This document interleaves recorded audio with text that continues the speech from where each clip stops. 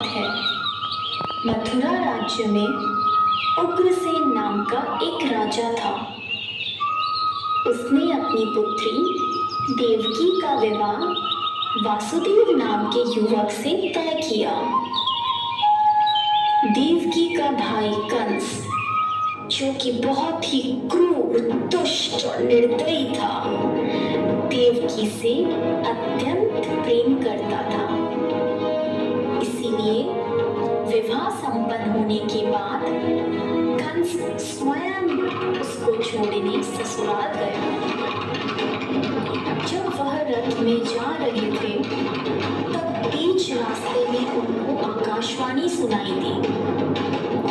हे दुष्ट कंस, तुमने इस धरती पर बहुत पाप किए हैं, इसलिए इस धरती पर से तेरे पाप नष्ट करने के लिए देवकी का 8वां पुत्र जन्म लेगा और वही तेरा विनाश करेगा। यह सुनकर कंस अत्यधिक भयभीत व क्रोधित हो गया। वह बीच रास्ते में से ही रथ को वापस मथुरा ले गया और देवकी और वासुदेव जी को बंदी गृह में डालकर बंदी बना लिया। समय बीतता गया। कुछ समय बाद देवकी की पहली संतान हुई। जैसे ही कंस को इसकी सूचना मिली, कंस ने देवकी की संतान को मार दिया। यह उसके अत्याचार की शुरुआत थी। इस प्रकार कंस ने देवकी के 7 पुत्रों को उनके जन्म के तत्काल बाद ही हत्या कर दी। इससे वासुदेव और देवकी अत्यधिक दुखी थे। पर अंततः इस अंधकार के छटने का समय आ गया, जब भगवान ने धरती पर मानव रूप धारण करते हुए जन्म लिया। उस दिन का घोर अंधेरा और 30 वर्षा हो रही थी। ऐसे में भगवान ने धरती पर देवकी की 8वीं संतान बनकर बालक रूप में जन्म लिया। जन्म लेते ही वहां एक दिव्य प्रकाश प्रकट हुआ और उस प्रकाश में से श्री विष्णु भगवान ने अपने पूर्ण अवतार में दर्शन दिए और वासुदेव से कहा, हे वासुदेव, मैंने इस धरती पर कंस जैसे दुष्ट और अत्याचारी मानव का विनाश करने के लिए कृष्ण अवतार में जन्म लिया है।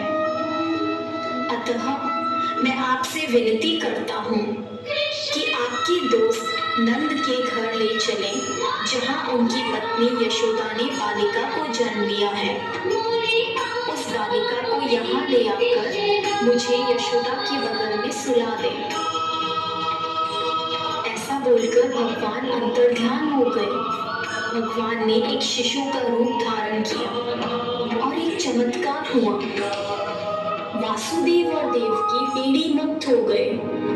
कारागार के द्वार अपने आप खुल गए। जेल प्रहरी गहरी निद्रा में सो गए और ऐसे समय वासुदेव उस बालक को लेकर नंद के घर चल पड़े।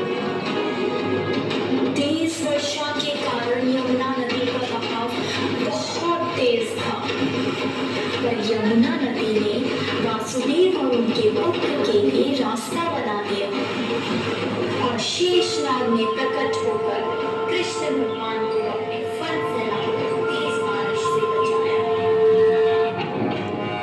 आखिरकार वे नंद के गांव पहुंचे और कृष्ण को यशोदा की बगल में लेटाकर उनकी पुत्री को वापस बंदी गृह ले आए।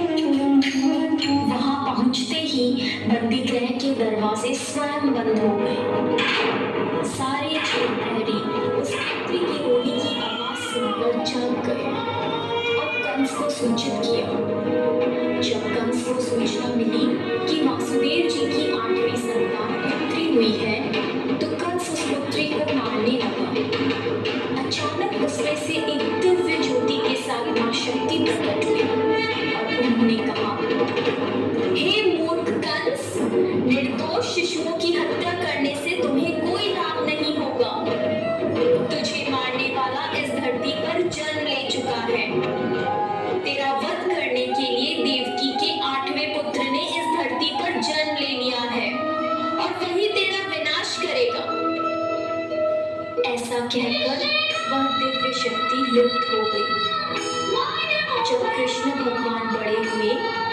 उन्होंने कंस का वध किया और इस प्रकार कृष्ण भगवान ने धरती पर अत्याचार व बुराई का अंत किया।